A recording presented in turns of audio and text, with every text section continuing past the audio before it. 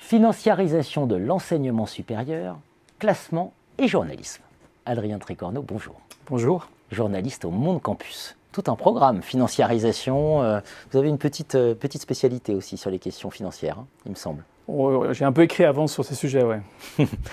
Et Pierre-Yves Gomez a publié dans Le Monde en 2012, dans le cadre du séminaire de la Société française du management, une tribune, la financiarisation de l'enseignement supérieur et sa responsabilité dans la crise. Alors il voyait plusieurs évolutions, le fait que les métiers de la finance attiraient de plus en plus, ça poussait les salaires vers le haut, et comme les classements intégraient les salaires, ça poussait les étudiants à aller, et moyennant quoi les frais de scolarité explosaient aussi. Deuxième point, il disait la critique, on peut critiquer, c'est quand même une part importante du travail de journalisme, de critiquer, a été disqualifié. Ni plus ni moins, il dit, en gros, ça joue plus son rôle. Et puis, troisième point, on s'est importé les systèmes de notation du monde de la finance. Vous partagez cette analyse ? Oui, je la partage entièrement. Je pense qu'il a une analyse très percutante, c'est-à-dire que le même phénomène de mimétisme qu'on observe sur les marchés financiers, on l'observe actuellement par ces mécanismes et on reconstitue une bulle financière.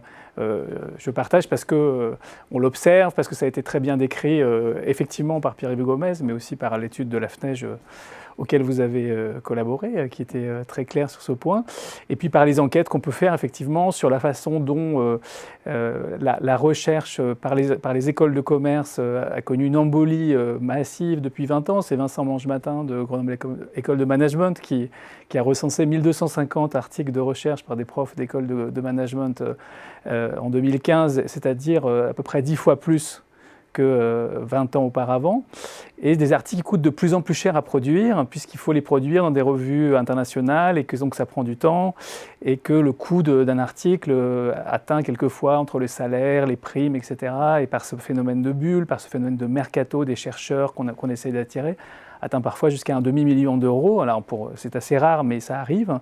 Et donc ça devient un coût énorme et qui n'est pas forcément transférable pour l'étudiant qui, à travers les enseignements, une petite partie seulement est transférable. Et donc finalement, une partie de la hausse des frais de scolarité des écoles de commerce s'explique par le fait d'alimenter cette bulle qui permet aux écoles de commerce de rester dans les classements, à la place où elles sont, d'y monter un petit peu parfois, mais comme vous l'avez dit dans votre étude très bien, c'est vrai que ce volume ne permet pas de grands changements dans le classement, c'est-à-dire qu'en haut du classement des écoles de commerce, il y a toujours les mêmes, mais elles publient beaucoup plus qu'avant, avec des profs qu'elles ont recrutés plus loin et qui coûtent beaucoup plus cher, et donc il faut courir de plus en plus vite, juste pour arriver à ce que le sol ne se dérobe pas sous vos pieds, et ça c'est caractéristique quand même d'un phénomène qui est inquiétant pour sa soutenabilité, voilà. Et puis sur le meilleur usage qui est fait de ces fonds, est-ce qu'on est préoccupé par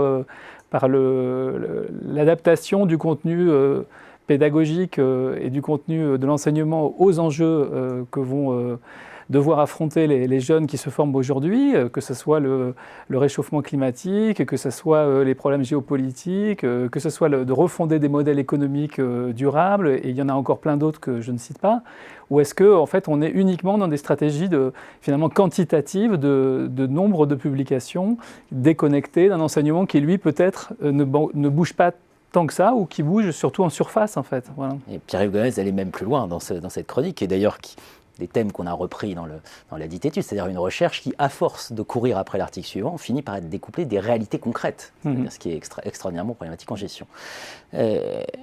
Avec, de l'autre côté, le sentiment, cette tribune datait de 2012, ça fait longtemps que ces débats émergent et rien ne change, au contraire, ça s'accélère. Et quand on pose la question, on dit oui, mais on ne peut pas faire autrement, il y a les classements.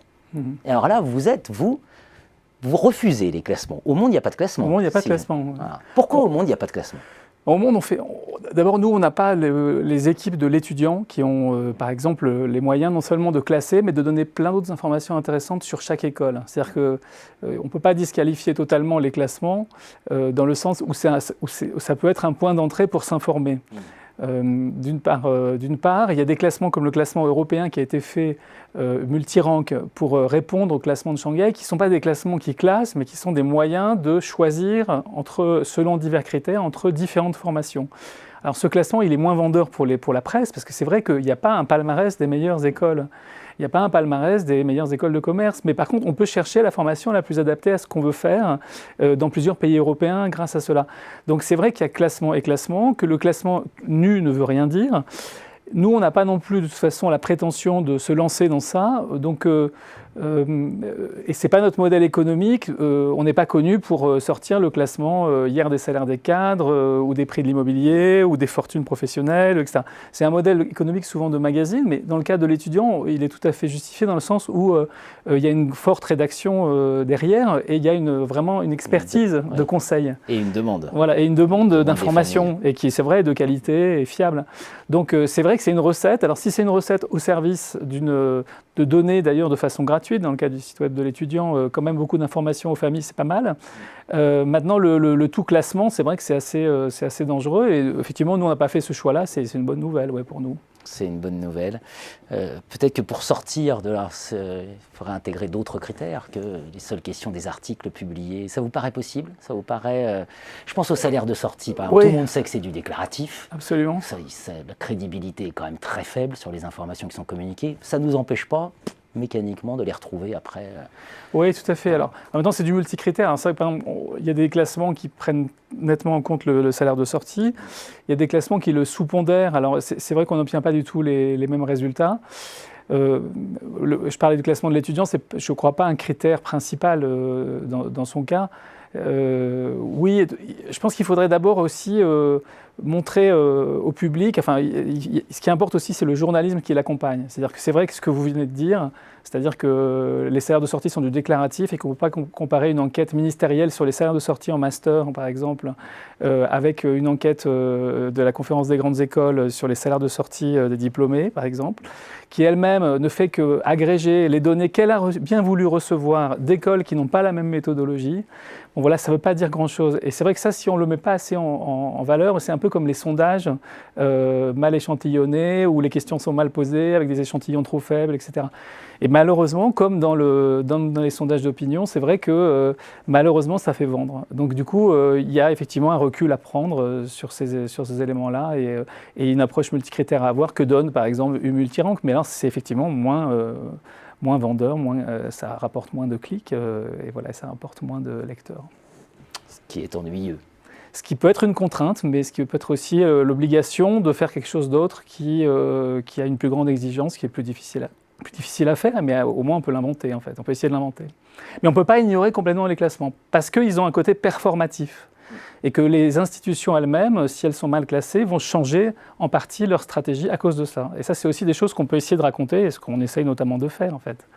Mais on sait par l'Association européenne des universités que les universités européennes, en France on regarde beaucoup Shanghai avec la recherche, on ne sait pas pourquoi, mais c'est un tropisme parce que ça a été donné comme moyen de justifier les réformes à l'époque déjà de la loi LRU. Mais on sait que les universités européennes regardent le classement QS par exemple et le classement Times Higher Education avant le classement Shanghai en moyenne, et c'est ce qu'elles déclarent, ce que déclarent leurs dirigeants, l'Association européenne des universités. C'est des classements multicritères mais qui ont des biais énormes puisqu'ils sont fondés sur des sondages auprès des anciens, des profs du même secteur. Et donc du coup, voilà, en fait, on ne fait que l'écho de quelque chose. Et en fait, on donne un écho à un écho. Et on est exactement dans le même type de biais, quoi, en fait. Pierre-Yves Gomez était très pessimiste parce qu'il terminait sa chronique en disant « Cette bulle n'a pas encore explosé, point de suspension ». Nous étions en 2012.